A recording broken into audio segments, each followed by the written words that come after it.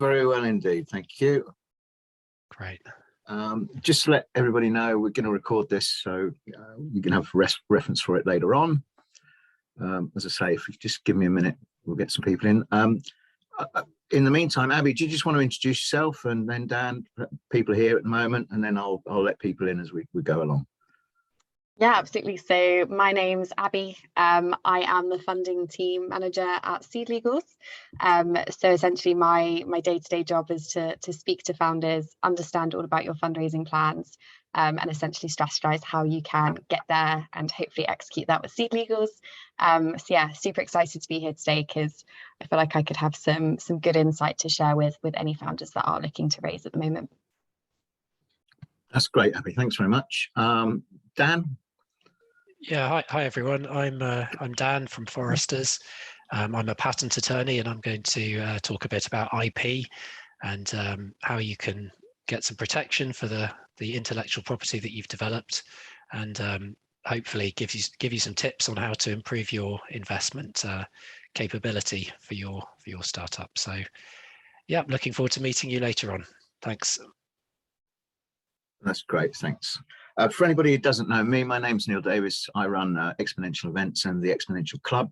We've been holding capital raising events in the city since all back in the heyday 2017 we started.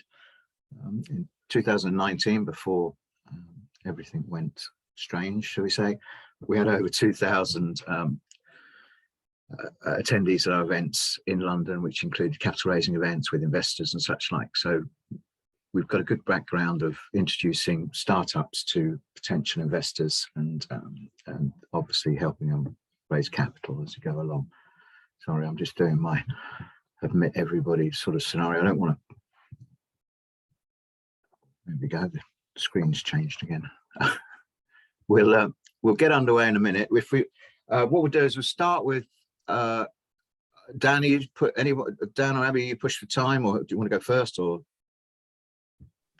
Fine either way. Okay, fine. Can I go first? Yeah, of course you can. Yeah. Mine's just a short one. Okay. That's not a problem. Let me. I'll let people in as we go along. Let me close that down. Right. So, as I say, we've been holding events many years now, and one of our main partners on the IP trademark side is Forresters. The reason we have Forresters and Forresters sponsor us and look after us is so many founders have interesting products and such like that might need trademarking or have some sort of IP that needs to be linked to them, and many investors will only look at companies in that sphere that have got them. If you watch Dragon's Den regularly, one of the first questions all the dragons will ask is, what's your IP and such like. So it's vital to have an understanding and also a chat with an IP attorney before you embark on your capital raising journey. Sorry, I'm just letting people in. So with no further ado, let's get underway, and Dan, I'll have people as we go. I'd like to introduce everybody. Dan from Forresters. Dan, please share your screen and carry on, and I'll cut my thing down for a second. Great, thanks, Neil. Yeah, hi again, everyone. So yeah, my name's Dan from Forresters, and yeah, I've got some slides here. It's a bit of a whistle-stop tour through the various forms of IP, so there's quite a lot in here. I'll pop my email address in the chat box. Yeah, if you've got any questions or if you want to follow up with me afterwards, that's fine. Just drop me an email. And yeah, I should mention I'm from Forresters. Happy to help you talk through your business, and we offer a free 30-minute consultation to talk through your IP and highlight any areas that could be protected, and hopefully help you get some protection for what you're doing. Okay, yeah, let me share my screen and I'll launch into the presentation. Okay, so just adjust that. Right. Sorry, there we go. Okay, hopefully you can see my slides. So yeah, as I mentioned, I'm from Forresters, and I'm going to be talking to you today about different forms of IP. We've got the three main ones here: patents, trademarks, designs. I'll be focusing on these three because these are of most relevance to what you're doing, I suspect. There's other various forms of IP here, which are quite specific, and I won't be covering these today, but we could talk about those if they're of interest to what you're doing. Okay, anyway, let's start off with some case studies. First of all, trademarks. Now, a trademark, this is a form of protection for your brand. A trademark can be used to register your company name, your product name, slogans, logos, graphics, colors, anything that you kind of use on your branding and make, use to distinguish your business from other people's business. Now, if you're an early stage startup, you may be thinking, what am I going to call my company or my business or my products? And my advice here is, if you want to improve the chances of being able to register your name as a trademark, then it's good to choose a name which is distinctive, i.e. it's different and it stands out. And importantly, a name which is not descriptive of the goods or services that you're offering. This will really help you being able to register your trademark further down the road. What you don't want to do is to choose a company name and then go forth with all your branding, launch your product, and then a couple of years later you think, oh, I need to protect my name, and you then find out that it's not registerable because it's too descriptive, or possibly treading on somebody else's toes if they're using a similar name already. So yeah, then you can end up with problems and increased costs in trying to get protection for your branding. So yeah, up front, it's good to think about these things before launching with your name and so on. The good thing about trademark protection is a trademark can last indefinitely, provided that you pay renewal fees, usually every 10 years. Here's a couple of, that's the registered trademark symbol, obviously, and McDonald's logo there. So moving on to registered design protection. Now, registered design, this can protect the appearance of the whole or part of a product. Yeah, so the requirements here, it's pretty easy to get design protection. The design must be novel in the sense that it's a new design, and the design must have individual character in the sense that it creates a different overall impression. And these are pretty low hurdles to get around. So if you're producing a product such as any of these things here, or even packaging, it's pretty easy to get registered design protection to stop others from copying your design. And a registered design lasts for up to 25 years if you pay your renewal fees every 5 years. So yeah, as I mentioned, you can register the appearance of pretty much anything, including logos, computer icons, typefaces, graphic designs, that kind of thing, user interfaces. So the last form of IP which I'll talk about today is patents. Now, a patent is used, is protection to protect a technical solution to a technical problem. And in this country and in most countries around the world, there's a first to file system whereby you need to be the first to file your patent application, and it's critical that you file your application before disclosing the invention to the public. In the UK and Europe, at least, once the invention is out there in the public domain, it's then no longer possible to obtain patent protection.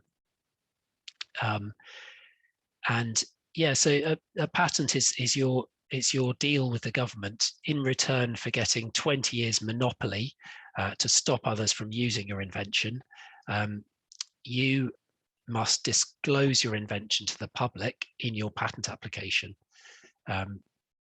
So yeah, a patent application is published after 18 months. So that's another thing to bear in mind, the timing of when you might want to protect your technology. You don't want to go in too early, file your patent application too early.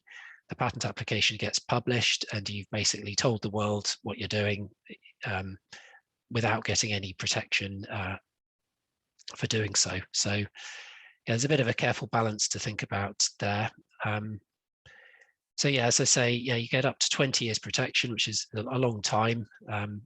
And the requirements are the invention must be novel in the sense that it's new, it's not disclosed anywhere. And it must be inventive in the sense that it's not an obvious combination of what's gone before. Also, there's various exclusions from patentability, such as medical treatments, computer programs, that kind of thing, which are specifically excluded from patent protection. Some of these, such as computer programs, they are excluded, but you can still get patent protection for some of these things, like computer programs, for instance. Almost all technology these days has some form of computer program in it, and it's whether you can get a patent depends on whether the invention produces a technical effect and solves a real-world technical problem. This is all very subjective, and yeah, I'd be able to give you a steer on whether or not your technology might be patentable if it involves computer software or anything else. So how do you get a patent? So you file your initial priority patent application. This puts your flag in the sand and gets your filing date, and this is the date from which your protection will run. And we usually recommend filing in the UK first because the official fees are relatively cheap, and you get a search report back quickly from the UK Patent Office within 3 or 4 months. And the search report will give you a good indication of whether you're likely to get a patent and what the scope of protection might be. So you can use your search report to help make a decision about going ahead with international patent protection. In other countries, it gets pretty expensive at this stage because you'll need a patent in every single country where you want protection. Unfortunately, each country has different their own patent laws. For startups, we typically advise filing an international patent application within 12 months of your first UK filing. And this, unfortunately, this doesn't result in an international patent because no such thing exists. And an international application just keeps the door open for you to apply for patents in almost all countries around the world. So it buys you another 18 months or so to decide where you need patent protection, i.e. your key markets and so on. So and also buys the time to raise the funds to file these patent applications in Europe, US, or whatever.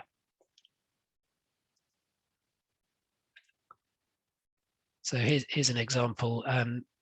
Obviously, this is an iPhone. Apple and iPhone are registered trademarks, so that's the branding that's protected. There's many technical features within an iPhone which will be protected by patents. The radio transmissions, the user interface, the software, the screen, everything. Many different patents.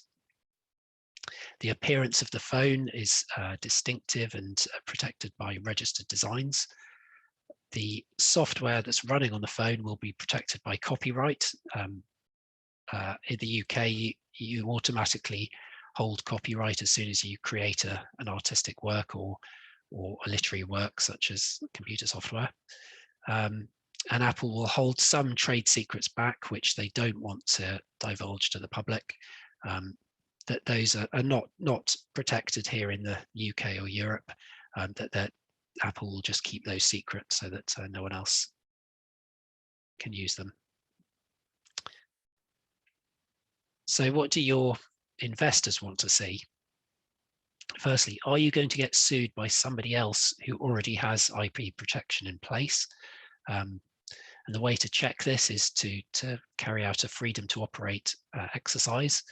And it's a good idea to start with looking at identify who your main competitors are and look at their IP portfolios, and just make sure you're not going to be treading on their toes. Secondly, have you protected what you're doing, and how have you protected it? It's good to have an IP strategy, which involves identifying the IP in your business, carrying out the initial IP filings, patents, registered designs, trademarks, for patents, get the search reports back, and then work out how you want to go forward, put together a pipeline on how to protect your IP going forward, i.e. which countries and so on. And lastly, I'll just mention here the patent box scheme. Now, this is a scheme set up by the UK government, where your corporation tax payments are reduced from it's currently 19%. I think that's actually going up to 23%. The corporation tax is reduced down to 10% on all profits made from a patented invention that's been patented in the UK. And these are worldwide profits as well. So if you've got an invention which is wildly successful and makes a lot of money all over the world, this can really help take your tax bill down when you eventually come to pay corporation tax. And a quick mention here about this new IP access scheme, which was started recently by the government.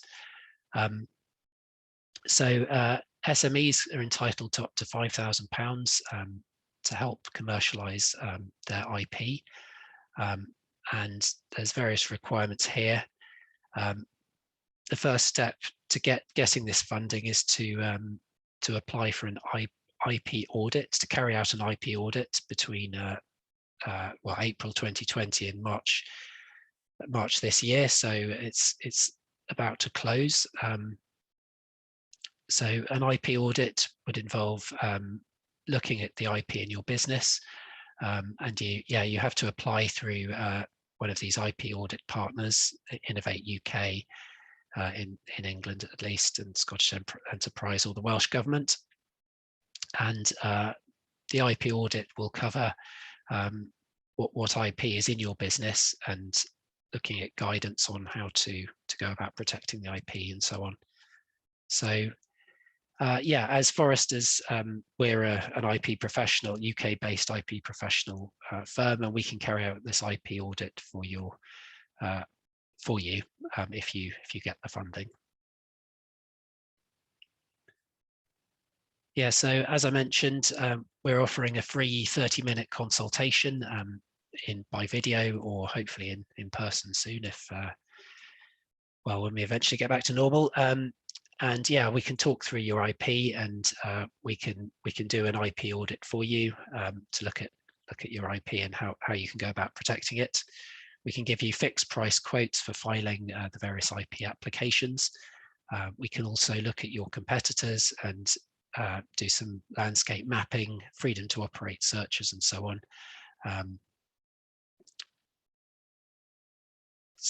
Okay. Quick sales pitch. Yeah, we've got a bit of quite a wide-ranging team here. Patent, trademark experts on the patents on the life sciences fields, and I'm in the technology and engineering field. But we can basically assist with any types of technology or trademark work. And just to finish, here's a case study. It's a bit of a success story which illustrates how IP protection can help get you funds and notoriety and help you build your business. So this chap came to us. He was a proper garden shed inventor. He'd invented this tool in his garden shed it's for marking holes on walls if you're trying to drill something. and this is a big problem in the building trade, apparently. If you hold up your kitchen cabinet onto the wall, you need to mark out the drilling holes. So he developed this tool which sprays a cross of chalk dust on the wall. So you just press it through the hole and it marks this cross on the wall very easily and quickly. Seems like a pretty basic invention. We carried out a background search to look to see what else was out there in the art, to see if the invention might be patentable. We found some relevant prior art, but it generally, on the whole, looked good.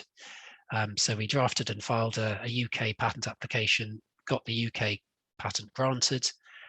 He then went down the international patent application route that I mentioned and gained protection in all his key countries where the product was being sold and marketed and manufactured. We registered Marksman as the trademark, and we helped him go on Dragon's Den by looking at his paperwork and doing a practice pitch in our office. And yeah, it's a great result. All of the dragons offered to invest, and off the back of this publicity, the sales rocketed, and you can now buy this thing in all DIY stores across the UK. So just a small success story there. That's all I was going to say. So yeah, I did say it was a whirlwind tour, so there you go. If you've got any questions, drop them in the chat box. I can see some things in there though. At the moment, I'll just stop sharing my screen. Oops, sorry. There we Dan, go. thanks very much, Dan. Yeah, there's a question from Ignis there. I don't know if you want to answer that one. Okay. Our patents, yeah, go on. Have you got that? I got it, yeah. So are patents only useful for large companies due to the cost of enforcing them? Yeah, this is a great question. So very few patents are ever litigated because, as you're hinting at here, it's extortionately expensive to go through patent litigation. So I would say patents are only ever litigated by large companies typically, but patents are used by companies of all sizes. It's good to have some form of protection for what you're doing, because otherwise you've got nothing. You've got no leg to stand on if someone comes along at a later date and just copies your invention and starts ripping you off. So I would say patents are useful for companies of all sizes. But yeah, as to whether you enforce them, it's very unlikely. And typically what happens is you would reach a settlement with an infringer and try and avoid litigation if at all possible. So hopefully that answers your question. Question from Jessica here. Can you patent something at the idea stage if you don't have funding for the product development yet? Okay, so yeah, this is another good question. The answer is yes, you can patent something which hasn't actually been made yet, and if you're still developing it. But it's a bit of a fine balancing point, because you need to have developed whatever you're doing enough in order for the invention to be described in sufficient detail. So you need to know how you're doing what you're doing and be able to describe the technical benefits and details. What you don't want to do is file your patent application with insufficient details in it, because that can get you into hot water later on, and you might get a rejection from the patent office, who will rightly say that the invention is not described sufficiently. So yeah, to answer your question, you can patent an idea at the concept stage, but yeah, I'd be able to advise you on whether you're ready to go ahead or not.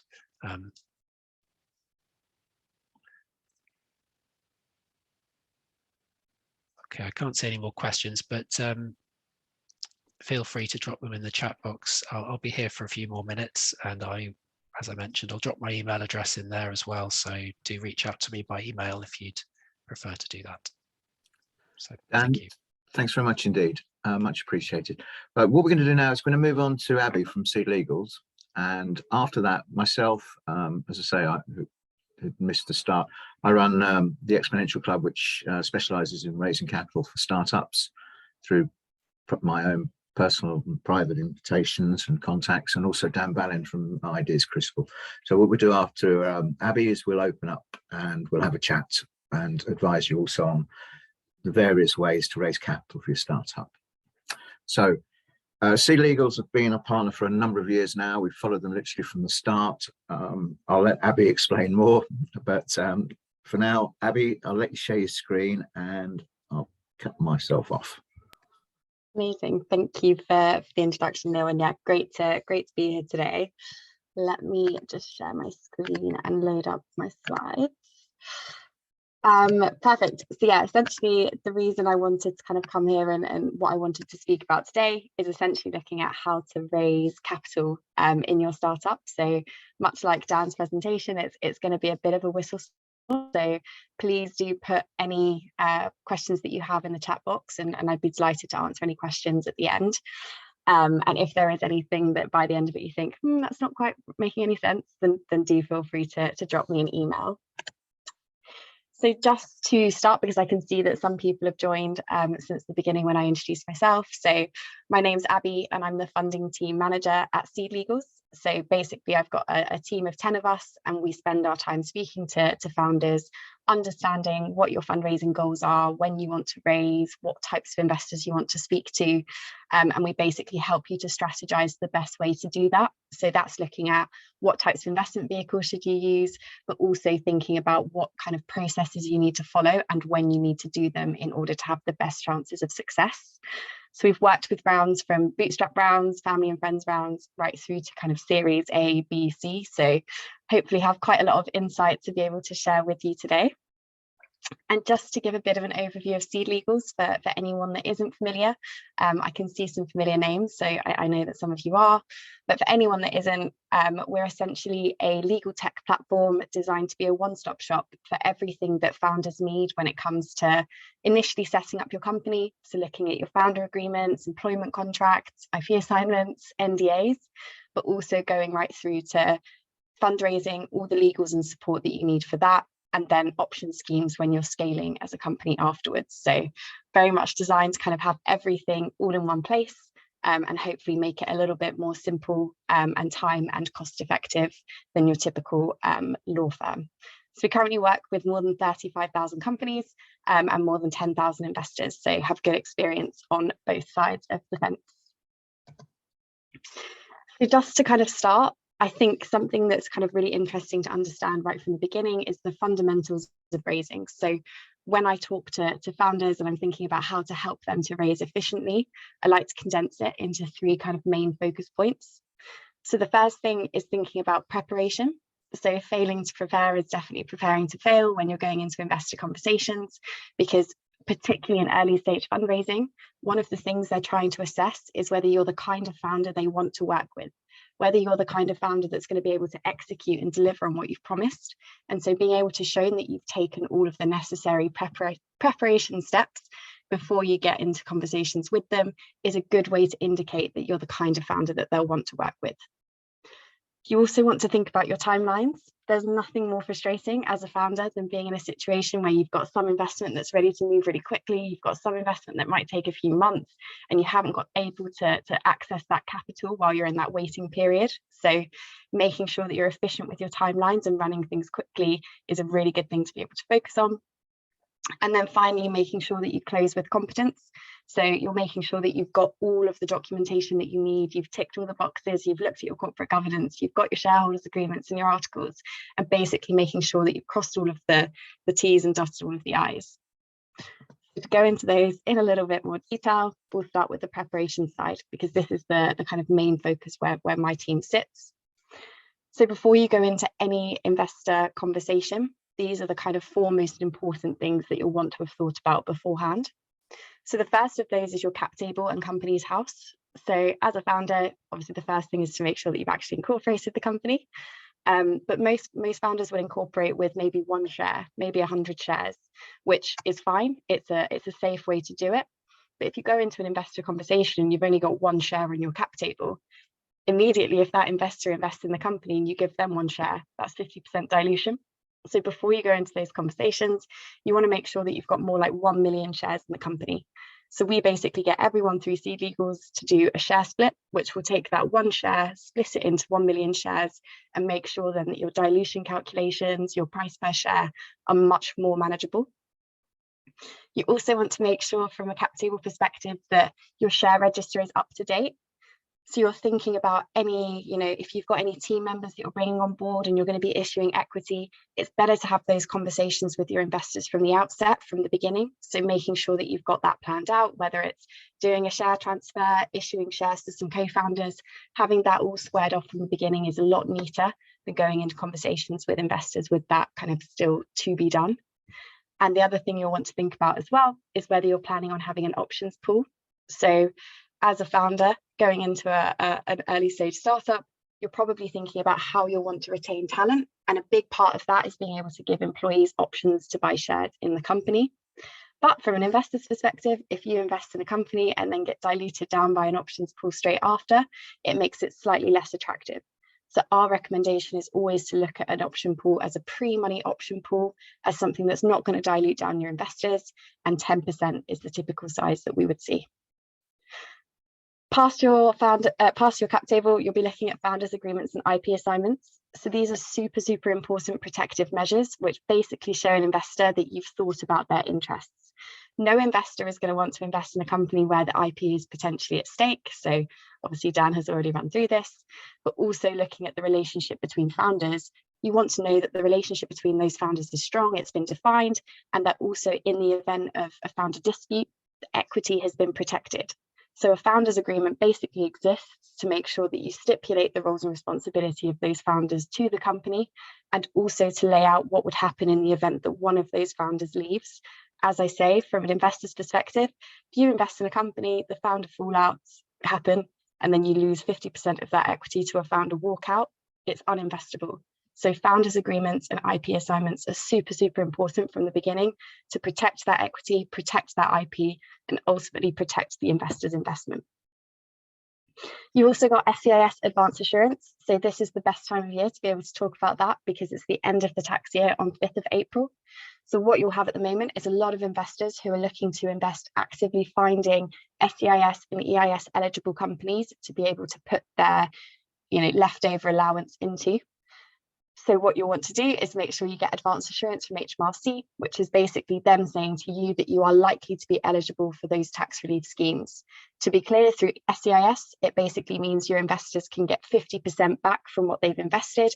And through EIS, it means your investors can get 30% back from what they've invested. But that advance assurance is essentially a badge that you can wear to your investors and say, yep, we're eligible, we'll be able to get that for you. And it's going to make you stand out and be much more attractive to your investors. And then the final thing, which is my favorite thing in the world to talk about, is the term sheet. So loosely, this is essentially a non-legally binding document, which will spell out the most salient terms of the investment deal that you're about to embark on. The reason that this is really, really important from the beginning is because it will force you to actually consider what you're asking your investors for. You don't want to go into an investor conversation and only have thought about how much you're raising or what your valuation is. You want to be able to think about the detail because it's going to help you to think about what types of investors you should actually be speaking to. So this takes out all of the most important terms, enables you as a founder to think about what you're asking for, prepare for any questions that your investors might ask, and also to find out what the most appropriate types of investors are. So if you're going through a term sheet and you're thinking, don't want to give any consent rights, don't want anyone on my board, don't want any board observers, you're probably not going to be speaking to a VC.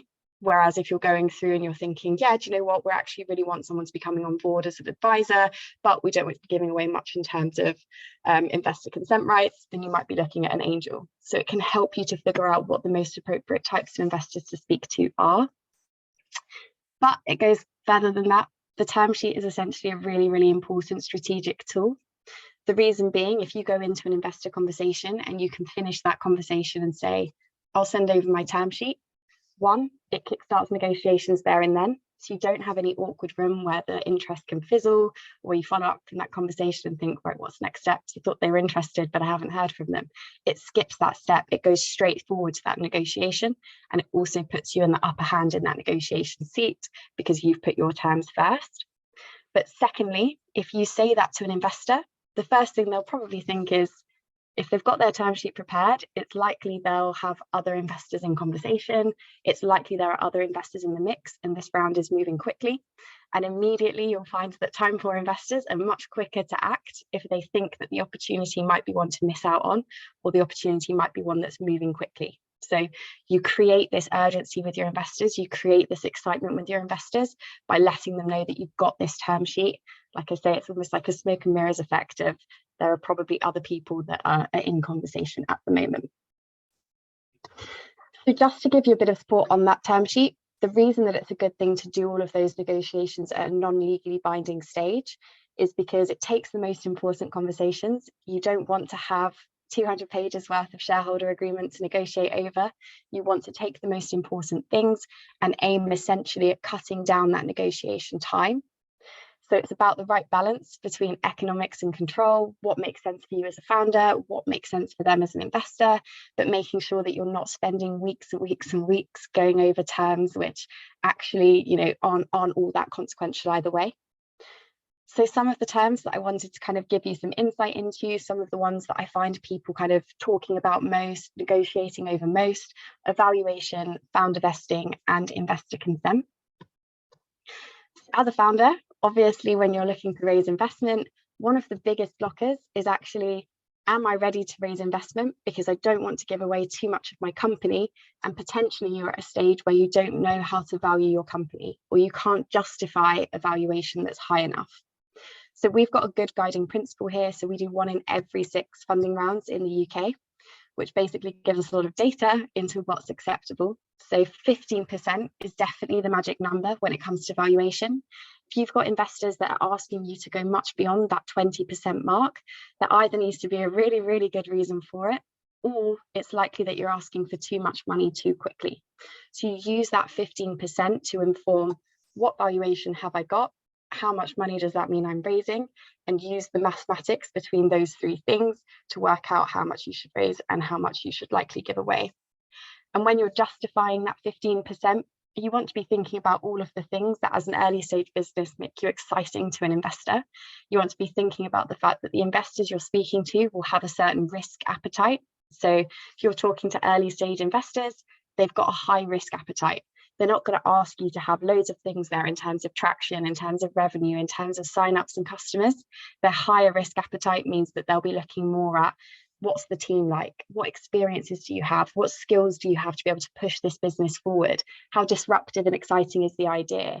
How, what's the go-to-market strategy? Does the business plan and business model actually make sense?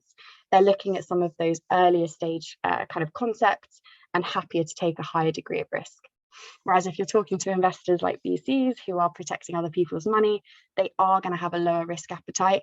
They're going to expect you to have much more tangible evidence to be able to minimize that risk, to be able to convey things with a lot more certainty. So at each point, again, looking at valuation will help you to decide what kinds of investors should you be speaking to, what kind of valuation can you justify, and essentially making sure that you don't go too much further than the 15% mark, because that will make it more difficult for you to raise in the future if you end up giving loads of equity away early on. Founder share vesting. So for anyone that's not familiar with the idea of this, essentially it means that obviously as a founder, you start with 100% of your own shares, but vesting schedules mean that if you leave within a certain period of time, you might be required to give some of that equity back to the company. The reason this is important for investors is, as I say, in the event of a founder fallout, 50% of the company goes in one go. That makes the company quite uninvestable for the future. So founder vesting schedules essentially protect that equity. As a founder, it protects you from any co-founders, but it also means that you're protecting your investor interest.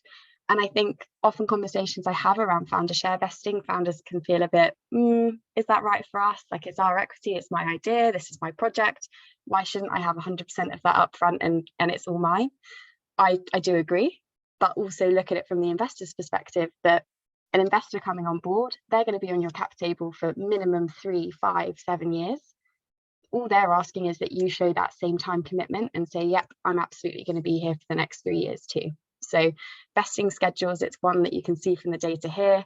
More often than not, you are going to be agreeing to a vesting schedule, typically a 3-year period, but it's not one to spend loads and loads of time negotiating over, because as I say, the outcome is often actually favourable both for founders and investors if that vesting schedule is in place.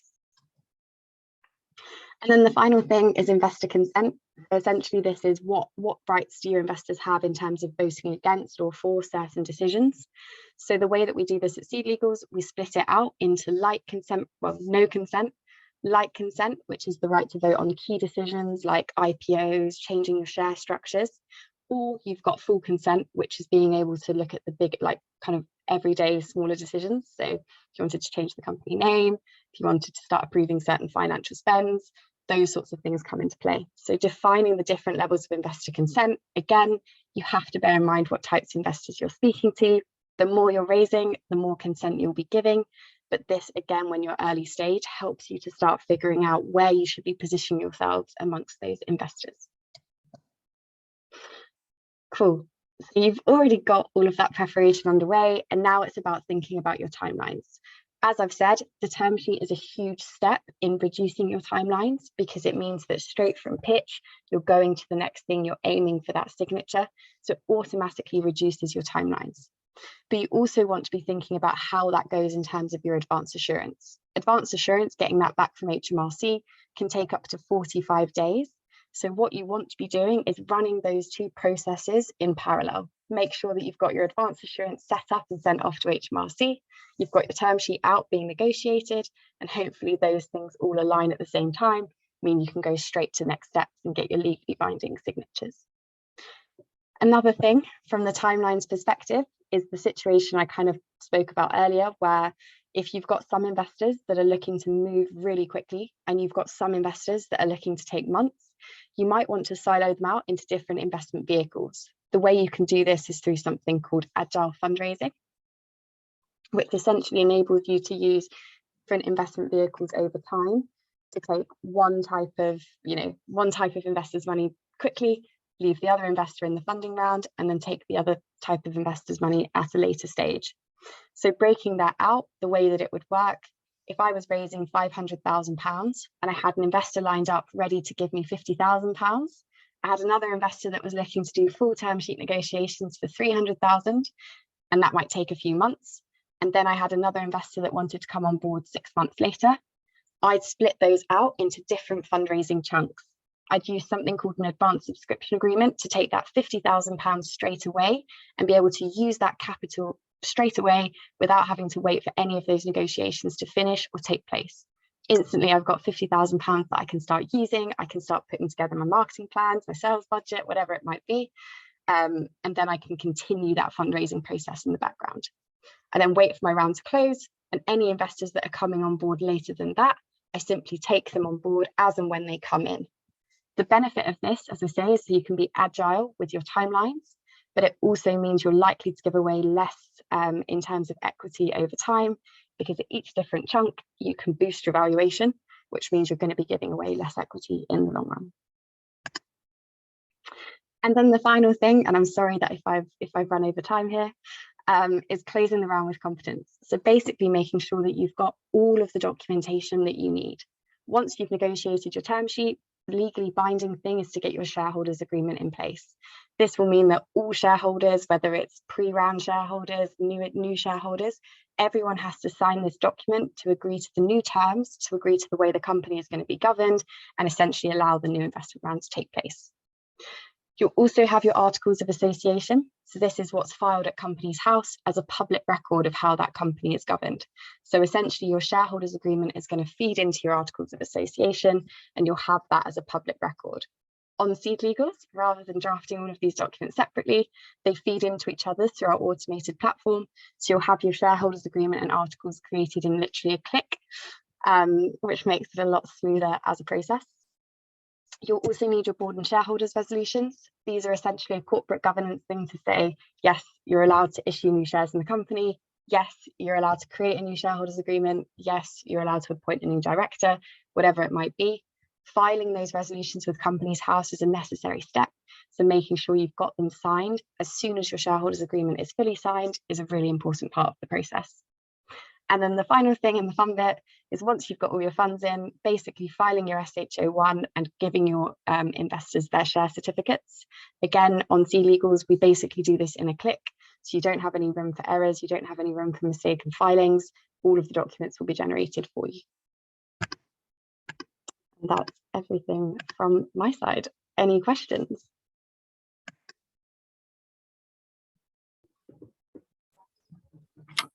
Yeah, Abby, I think there's a few in the chat if you want to have a look at those. Let me have a look. For advance assurance, when I have looked at this, it looks as though you already need proof of investor interest. Is this true? This is a really good question and one that we get a lot because it's the biggest chicken and egg scenario as a founder. You obviously want to be able to get advance assurance to impress investors, but HMRC asks you to have investors to get advance assurance. So really frustrating situation. The reason that rule exists is because HMRC had a lot of speculative applications. So companies that would apply for this without the intention of doing a funding round. So the reason they put this rule in place, which is of what you're applying for, 25% needs to be shown as softly committed by an investor. The reason they put that in place is so that they know the round is likely to go ahead. However, if you put an investor's name on your application and then they actually don't end up investing, or they invest less, or they invest more, it's fine. It doesn't matter. It's just to be like a soft sign of interest and show to HMRC that the round is likely to take place. So it's fine to just have a name of someone that's conveyed some level of interest. Cool. Any other questions? Can you vote with unvested shares? If not, what happens when investors get majority? So the way that founder vesting works, sorry, I should have made this clear, it's reverse vesting or forward vesting. So you don't start. So let's say you had a 3-year vesting period and you get 33%, 33%, 33%. You start with 100% because otherwise voting would be an absolute nightmare. And I agree. It then means that if you had a significant shareholder in an investor, they'd have more voting rights. You start with 100%. And it means if you left after year 2, then you'd give 33% back. Or if you left after year 1, you'd give 66% back. But you start with that 100% to remove that complication.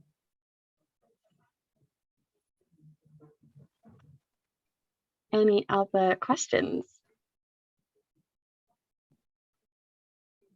Have a quick look for you. It seems like everything. I recommend this Sea Legals platform. It's nice. That is nice. Thank you for the recommendation. I think that's it for now. Abby, could you just put your contact details in so people can get hold of you? Yes, absolutely. I hope that was helpful. And no, I think if you have any questions, let me know. That was a great presentation. Very useful indeed, I think. Thank you very much indeed. Where have we gone? Let me just close that one.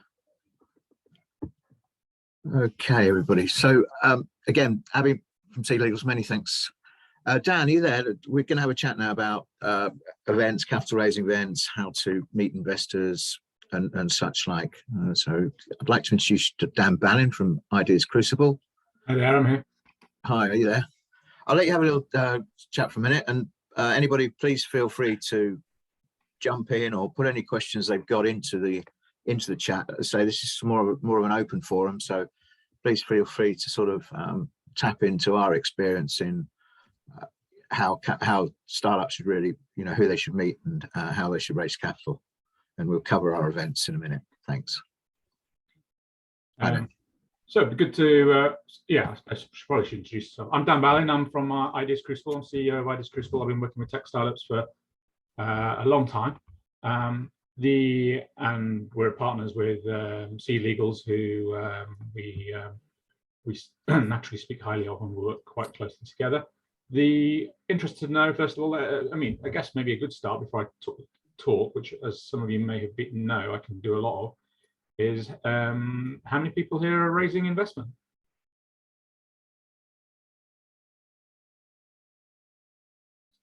Bit of engagement. Hi, Ashley. Tell me about your business. What kind of business is it? We'll have to go in this room. Hold on. So there we go. Yeah, we're currently doing, can you hear me? Yes, yeah. We're currently doing an SEIS raise. We launched our business actually 2 years ago as a reaction to lockdown. And we've been pivoting the business since the summer. And so we've got a limited time available before our SEIS ability runs out in April. So a lesson for everyone else here, just to remind themselves that they've got 2 years from the date of filing. Yeah. So yeah, we want to, timing wise, that works out very well because we are a garden related business, doorstep gardener.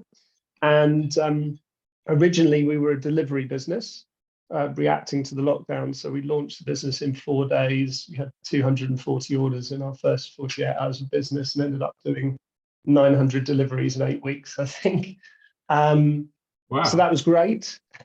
Yeah, I mean, great kind of traction for a moment which was definitely, you know, a COVID-related moment. We realised that wasn't a long-term business. But taking the experience of the team. Take the breaks when you can get them, though. Yeah. So we're basically evolving it into a technology platform. So the heart of our first business was around plant collections. So now we're using technology to enable garden makeovers that are personalised to our customers, to their style and their space. And so we've partnered with a nursery for the delivery and logistics side, and we're focusing on, I guess, technology, brand marketing, which is, well, and horticulture expertise, which is the heart of what the 3 founders have been working on for years. So, yeah. What brings you on a webinar like this, then? Are they a partner of Seed Legals? This is where the best way to fund your business is through profitable revenue. Yes. Yeah, I guess. What are you doing? Okay, 2 things. First of all, I got an invite to the session from Seed Legals, and I tend to attend all their events because I'm a customer and I think they're great and found them very valuable. Yeah, it's an interesting point. We could make money from our business and the new process and structure with which we're doing business without raising any funding, but it would be a lifestyle business and we wouldn't be able to scale it. So for us, I'm kind of interested in exploring investment because we've got our first investment offer. We've got some conversations that are in a really good position, but I still constantly, and in fact, 3 co-founders, but one of the co-founders is my wife.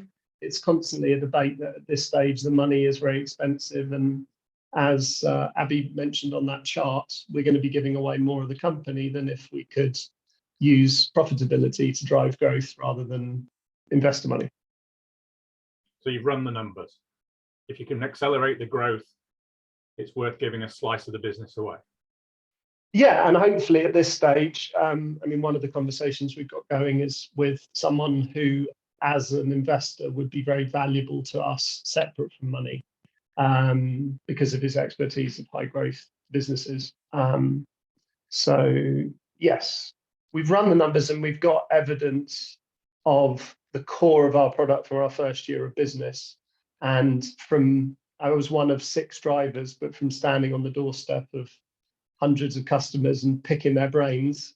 So yeah, we believe that there is an opportunity. The whole market has exploded, bloomed, one might say, grown, if we were to use an analogy, and we'll miss the opportunity if we can't work at scale. And that's why we're seeking investment. How much are you seeking?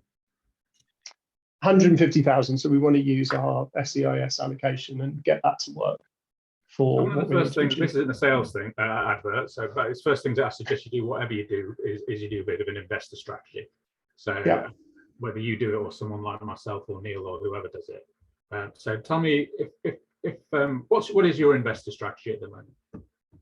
In terms of getting investors? Well, yeah. What's the profile of the person you're looking for investment, and how you're going to? Let's start with the profile of the investor. What's your ideal investor like?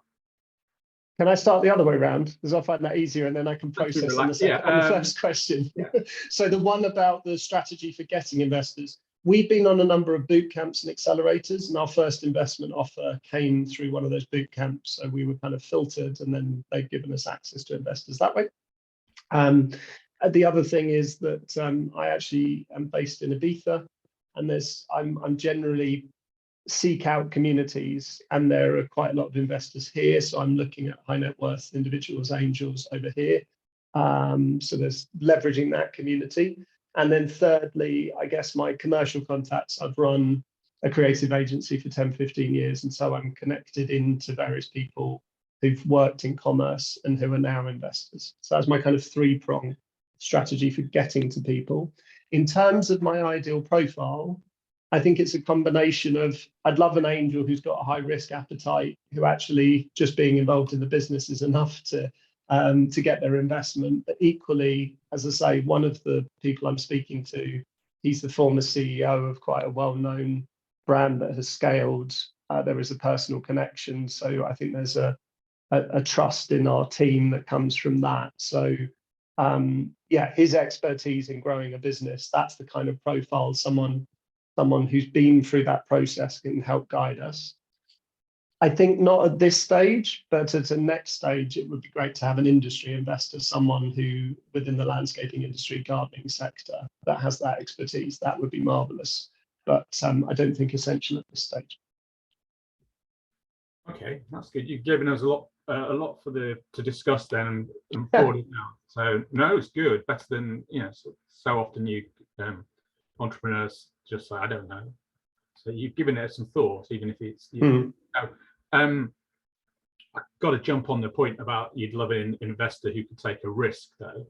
So I'm interested in that. Well, why would you like an investor who would take a risk? If they're willing to if they're looking for risky investments, what does that say about your governance structure and stuff? Maybe misunderstanding the question, but my interpretation of the question Language is important when you're speaking to me. No, seriously, okay. There's one message I need you to take away from it, and I appreciate some of you are mute, some of you are chatting to me privately here, because some shy people, which individuals, fair enough, but when you get an investor in front of you, take your chances. The language is important, and immediately I'm like thinking, okay, you're looking for someone who just gives you the money, who's high risk individual. That's immediately I jumped on that, and I'm like thinking, okay, as I think you want a solid set of skills and individuals with a reliable revenue stream who can give you maybe suitable for follow-on investments as well. Yeah, maybe let me explain what I mean by the history of shrewd decision making. Yes, absolutely. But let me explain that one. Thinking, actually, he's looking for cowboys who just give him his spare stocks money that they won at the casino. He's not really giving me the image right. Yeah, let me contextualize what I mean by that. I think that as a team, particularly as a husband and wife team, we're making a lot of sacrifices and risks to build this business. And so I mean someone who can engage with the passion and the drive of the business, even if it's not necessarily directly related. So no, God, of course, I want people who've got a proven success, who are in the position to be investing because they've scaled their own businesses or grown things. But I'm open to someone. It's a very fair point, right? I get your point. But it's someone who's buying into the passion and the team, irrespective of necessarily their background.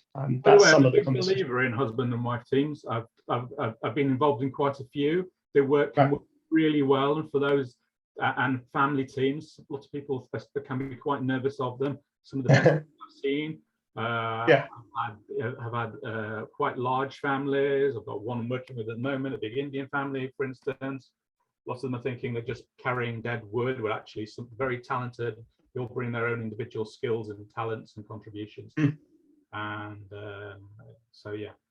I think it's good we've got a third co-founder, because the other thing is when there's a husband and wife team, the third, that triangle is quite useful. Well, they don't always agree. Board meetings in general, they always say try and have an odd number, don't they? When you start. Yeah. Anyone else anyone else who's raising? So so before I open it out, actually, just to pull in for anyone else raising here. Faye, either in the chat or on microphone. What are you raising? Hi, I'm raising basically 500K for the healthcare tech, and this business basically is a startup healthcare. It's been 2.5 years old, and we start launching in May, and we start basically getting revenue. This is a private pregnancy and maternity services, and at the moment we are using the telemedicine from our partner company, but we raise the money to build up our own app, and that's connect pregnant women, new moms with the top specialists and give them a flexibility to basically avoid the long waiting list for the NHS and also the frustration that people go to. How long have you been raising, Faye? We haven't started. We are going to start basically just shortly. Everything is ready. We are just, and we have the database. Investment by? Sorry? When do you need the investment? By April, by 31st Right. of April. I know maybe Abby's not listening, but I mean, Abby will pull from the stats that you asked her from Seed Legals and tell you if you're trying to get money for April, you probably should have started back in September or August at best. Maybe I think Anthony says this. I think his figures are very optimistic. He says sometimes 6 months. I think Neil and I find even when you've got experts supporting us like Neil and myself, you know, give yourself 9 months. Yeah, Abby, do you want to come in? Yeah, so I think it definitely depends on how much is being raised. I think if you're looking at 500,000, that definitely does fall into a kind of 6-month bracket. That said, if you're raising a smaller amount of investment, close to 200,000, we can see it being done in kind of two months. What's your average? The average probably 3 to 6 is the average. By the time they come to you, they've probably got their act a bit together by the. So actually, we speak to people often before they've even started investor outreach. So yeah, our average is kind of 3 to 6. The biggest skews are how much is being raised. So I would say if you do need to raise investment sooner and you can't give yourself that 6 to 9 month period to wait, then that's exactly the situation where you should look at agile fundraising, because potentially you could chunk it out and see if you could raise like 100,000, 200,000 in a shorter period of time from some angel investors, and then leave that bigger chunk to later in the year to give yourself a bit more time and flexibility to do it. Yes, that's right. So I'm part of the Seed Legal, and I have been advised to do the agile. Basically, that's what we opt for. So for the first probably, but the reason is they asked me to put the deadline into it, and I put the 31st of April. So it's just a hope. I know it's a 3 to 6 months, but as an entrepreneur, we always hope that things get changed and go to the direction. And I'm hoping that the health tech is in a hot seat now. So it's a lot of, hopefully, is a huge gap in the market. And the sooner we get to the market would be more beneficial. If there's a time of the year where things can move quickly, it's now, thanks to the end of the tax year. So hopefully that will help. So yeah, do make sure that if you have SCIS and EIS, you're showing that to investors and you're actively targeting investors that are looking for it. Yes, we do have we have approval for SCIS and EIS. It's just a matter of the how we get basically connected, and we have a list of 50 investors. But we haven't physically approached them because I wanted to make sure everything is in the right place before we approach them.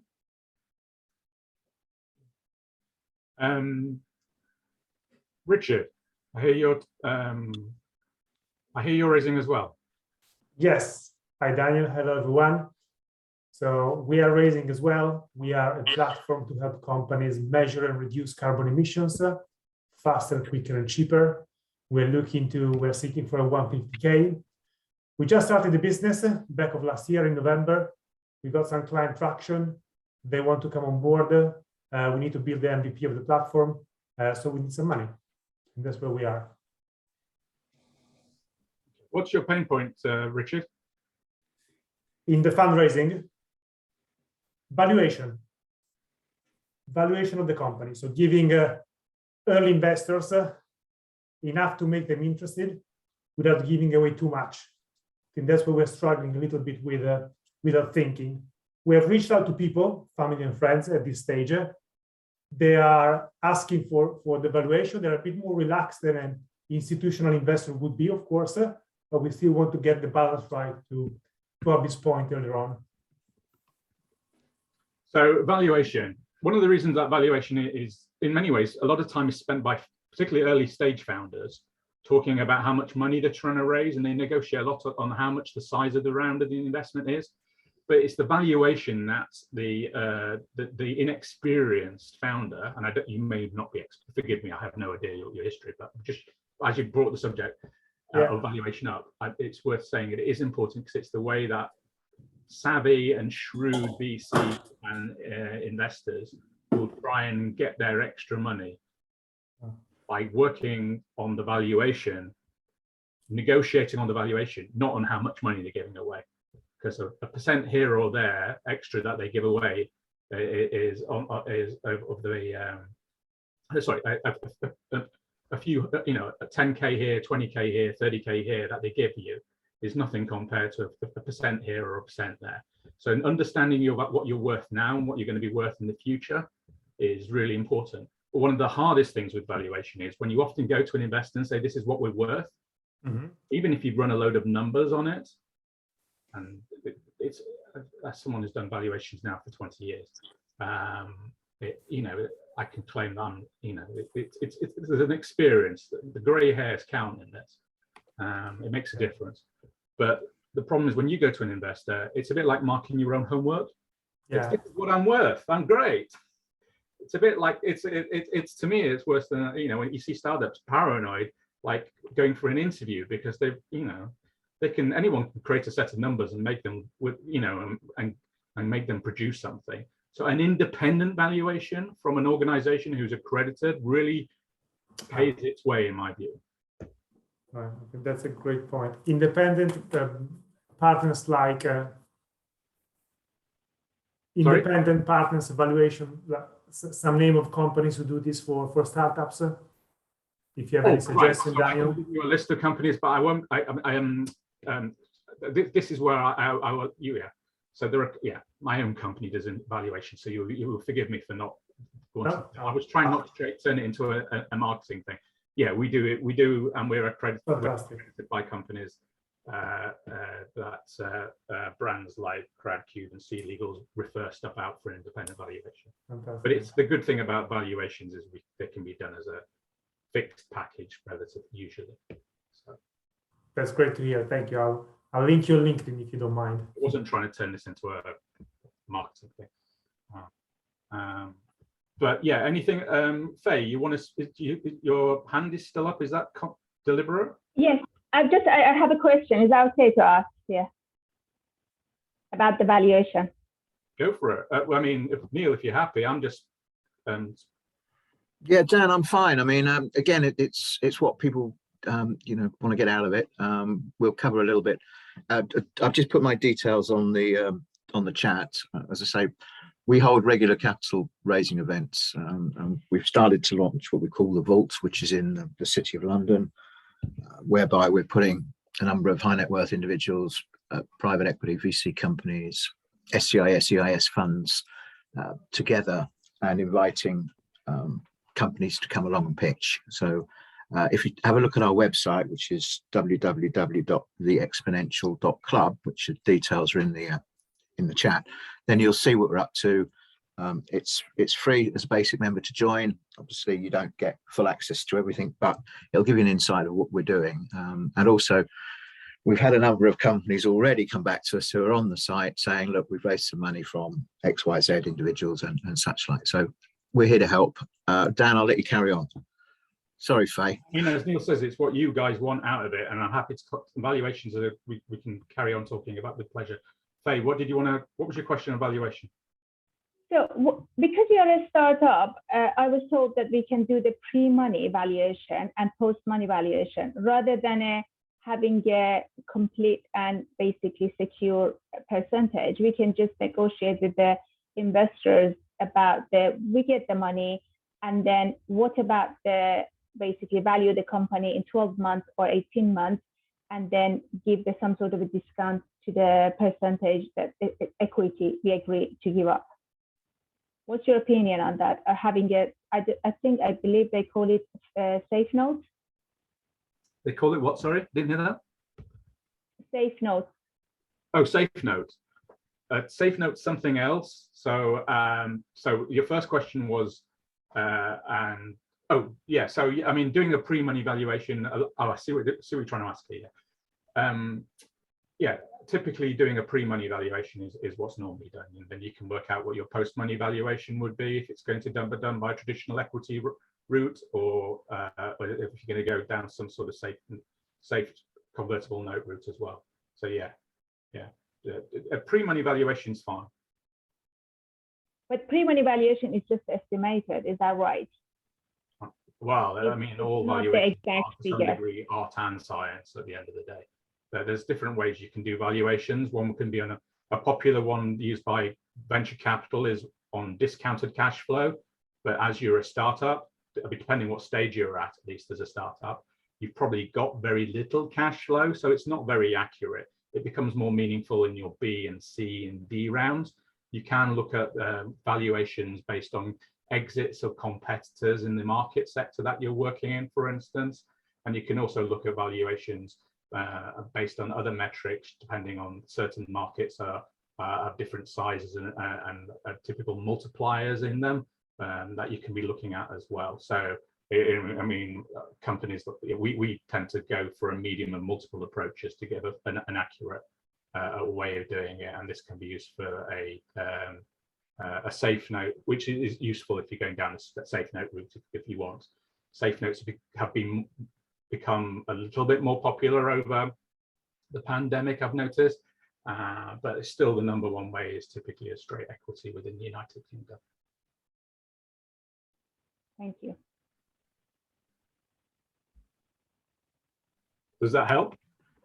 Yes, it was very helpful. Thank you. Does anybody else have any questions or want to mention anything? Can I ask a question about valuation? Sorry, I know Sure. I've already talked. At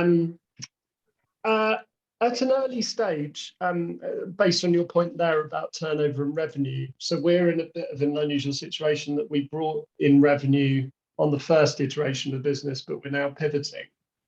So I guess that kind of means in a way we're starting again. But at this stage, really the valuation is based on the team, isn't it? And your ability to pull something off. Or what's your view on that at an early stage, either in my position where we've generated some revenue, but we're pivoting, or where you're starting out? Where's the value? Because an ideas are 10 a penny, right? I'd say team is only one of them, actually. You can look at the governance of the, so there is literally a tick box which you can add up to create some, which kind of in each stage, you can say, well, okay, that's another £100,000 of value. They've got an independent chairperson. They haven't got any directors' loans ticked. They haven't got this. They haven't got that. They've got intellectual property, which we talked about. They've got, you know, they've got their cap table in place. They've got they've got assets, buildings, whatever it may be, and actually, so yeah, they've got a board of advisors. They've previously had an exited founder. They've got cash in the bank because they've just because they've just won the pools. Well, you know, you can go through the list. Markets rich, products fit, unmet needs high, significantly, blah, blah. It's a rather boring, frankly, list. Some of these things you can go through. No, that's quite fascinating. Actually, the CEOs is one of them. But yeah, team is, and to some types of investors, that the team is more important than is weighted more. But actually, they're a small part of it all. That's very useful. Thank you. So yeah, I think of happy to go through the.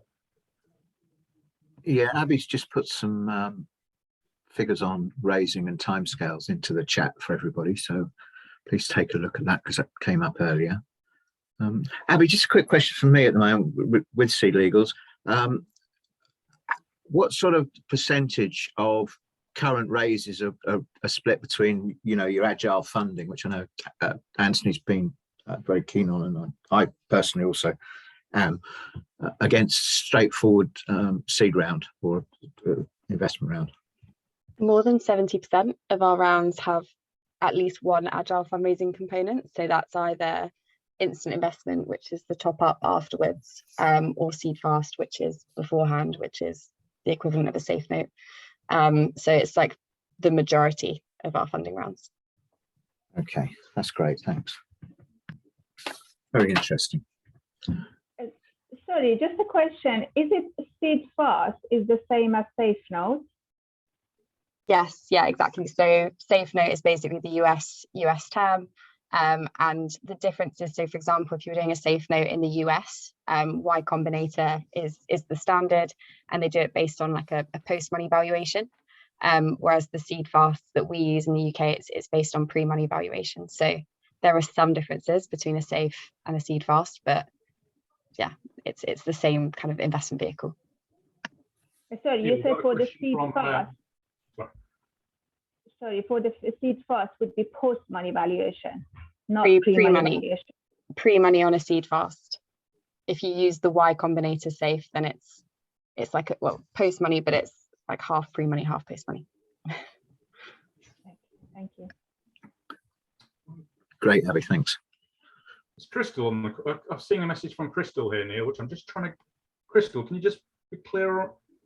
You said, can you get a list of the valuation set just talked about? Do you want a webinar on it?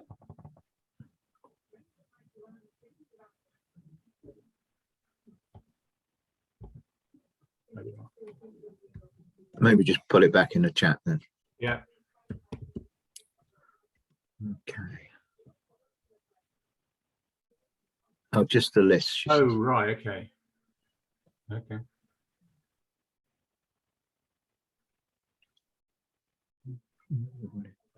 It's quite a long list, to be honest.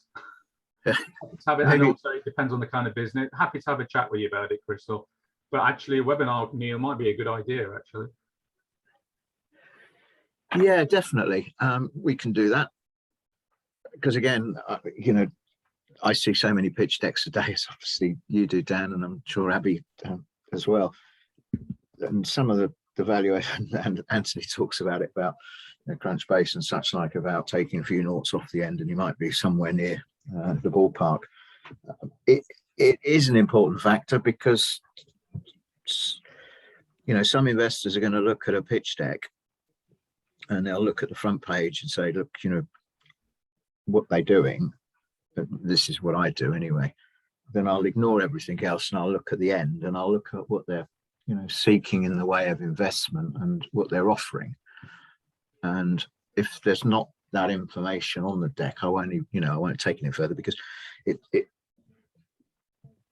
it's too much hassle, if that's for a better word. That's why when you're looking at raising capital, it's so important to have your pitch deck right, have various different pitch decks and teasers to send out to people initially, then maybe a half pitch deck, then a full pitch deck, which is more of what I would consider a visual, making it look good copy of your business plan.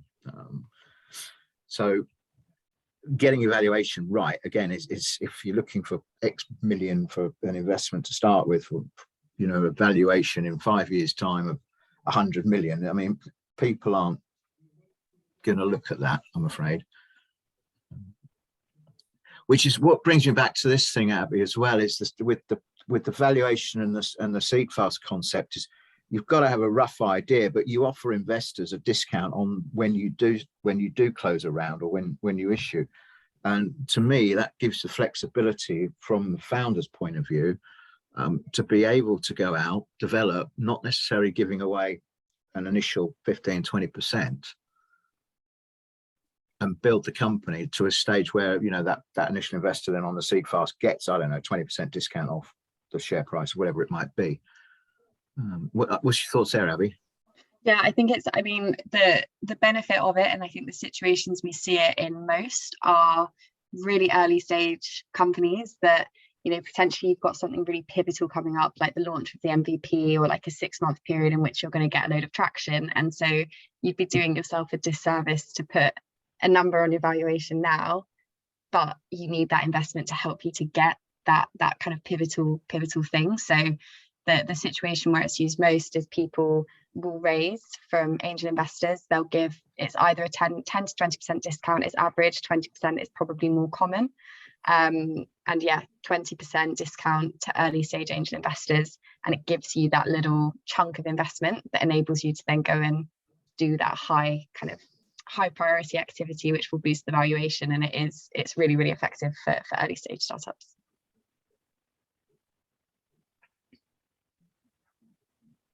Conscious we've got 10 more minutes, Neil, and if there's any other questions other than valuation that we want to cover off,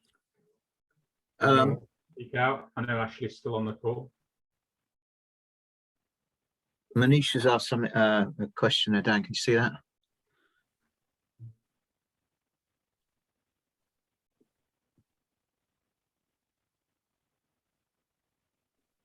It matters less, evaluation. I don't know who this is for. Probably Abby, you're probably the best one to answer. So are we talking convertible note, like convertible loan note, as in with the debt component, essentially? That was my reading of it, but yeah.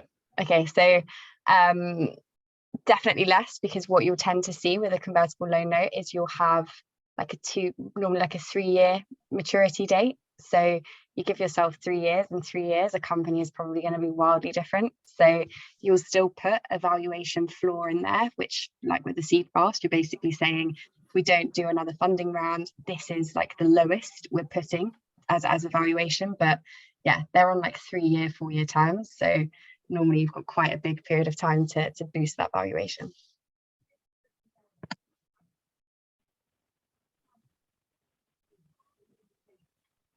Okay. were you considering being?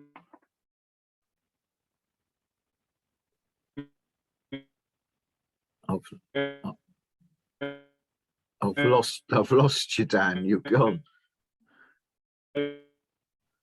While Dan's gone, I've got a question for Abby. Manisha? Dan, we can't hear you. You're frozen. Go on, Ashley, carry on, please. Just Sorry, Abby, I was listening while I was doing something else. Apologies, multitasking. The last thing you said about a discount to early investors, could you explain that again? I didn't quite understand that, because this point on valuation, we are launching what I would call a minimum marketable product in March. It'll be much clearer what we're worth then, whereas now I'm speculating and maybe being quite bold. So I didn't quite understand that. Could you explain that again? Yeah, so this is kind of specifically referencing if you're using these kind of agile fundraising methods. So if you give someone a seed fast and you say, you know, I'm not going to tell you my valuation up front, it's going to be based on my next funding round.